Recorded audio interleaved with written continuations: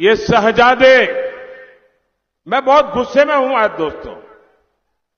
नोटबंदी वाले प्रधानमंत्री ने बोला कि अदानी और अंबानी काला धन देते हैं। तो मोदी जी, अगर अदानी और अंबानी काला धन देते हैं तो आपने उन पर सीबीआई, ईडी की इंक्वायरी।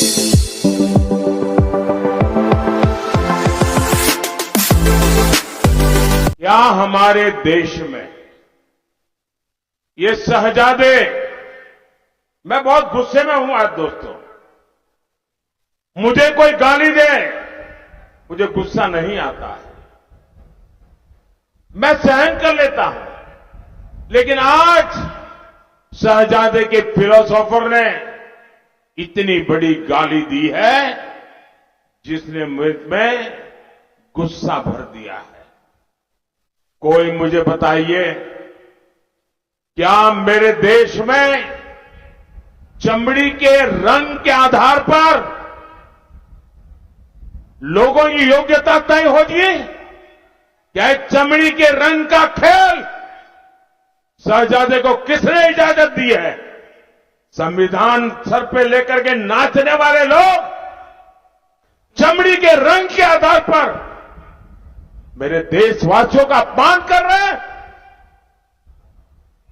बात हमें कई बार महसूस होती है, इसको बढ़ाने की जरूरत है। सबसे जरूरी जिस चीज को मेरिट कहा जाता है उसका निर्णय कौन लेता है। मैं आपको छोटी सी कहानी बताता हूँ। बड़ा सुंदर एक्सपेरिमेंट हुआ अमेरिका में। जैसे हमारी IITs होती हैं, उनका जो टॉप एग्जाम होता है उसको SAT कहते हैं। और जब SAT पहले लागू हुआ तो एक अजीब सी चीज आई कि जो अमेरिका में गोरे थे वो सब टॉप कर रहे थे और जो काले चमड़ी वाले थे वो इतना अच्छा नहीं कर रहे थे, और वो जो स्पेनिश बोलते हैं वो भी इतना अच्छा नहीं कर रहे थे। तो पहले क्या बोला, पहले जो उनके बड़े बड़े एकेडमिक्स थे उन्होंने बोला देखो ये जो है ना, ये जो काले हैं और ये जो स्पेनिश बोलने वाले लैटिन अमेरिकन हैं, ये इतने मेरिटोरियस नहीं है, इनको मतलब वो बात समझ नहीं आ रही है, इनकी कैपेबिलिटी कम है। और ये काफी सालों चला।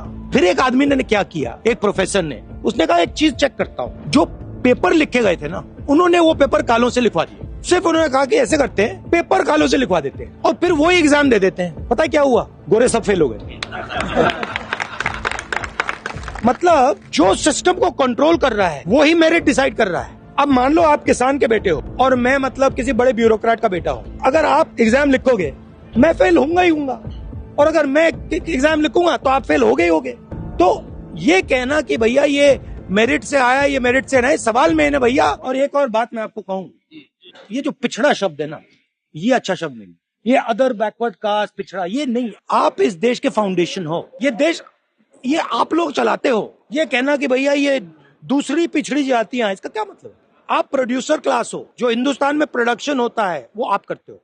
भोजन, मेरा लक्ष्य है कि जब मैं राजनीति खत्म करूं तब हिंदुस्तान में 50% महिला चीफ मिनिस्टर होनी चाहिए। मेरा लक्ष्य है, मैं कहता नहीं हूं, बट इसके लिए पाइपलाइन बनानी है।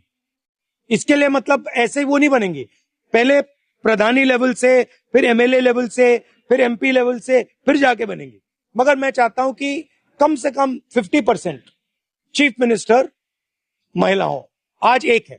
कोविड आता है, वेंटिलेटर नहीं है, ऑक्सीजन नहीं है, गंगा में लाशों की ढेर, और नरेंद्र मोदी की पार्टी कोविड वैक्सीन बनाने वालों से जब आप लोग मर रहे थे तब पैसा ले रहे थे। करोड़ों रुपए नरेंद्र मोदी की पार्टी ने कोविड वैक्सीन वालों से पैसा लिया। आप मर रहे थे, उन्होंने आपको कहा थाली बजाओ, आपको कहा थाली बजाओ, आपको कहा मोबाइल फोन की लाइट चलाओ।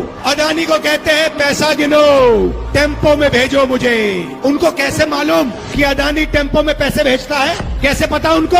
और भाइयों और बहनों, हिंदुस्तान के प्रधानमंत्री, नोटबंदी वाले प्रधानमंत्री ने बोला कि अदानी और अंबानी काला धन देते हैं। तो मोदी जी, अगर अदानी और अंबानी काला धन देते हैं तो आपने उन पर CBI, ED की इंक्वायरी क्यों नहीं कराई? क्योंकि वो आपके मित्र हैं। 10 साल अदानी अंबानी का नाम नहीं लिया, मगर भाइयों और बहनों मैंने छोड़ा नहीं। अदानी अंबानी। अंत में नरेंद्र मोदी हिंदुस्तान का प्रधानमंत्री कांपते हुए कहता है अदानी अंबानी का नाम पब्लिक में लेता है। अदानी और अंबानी का नाम जिस दिन प्रधानमंत्री ने ऐसे स्टेट से ले ली, उस दिन हिंदुस्तान के प्रधानमंत्री ने हार मान ली।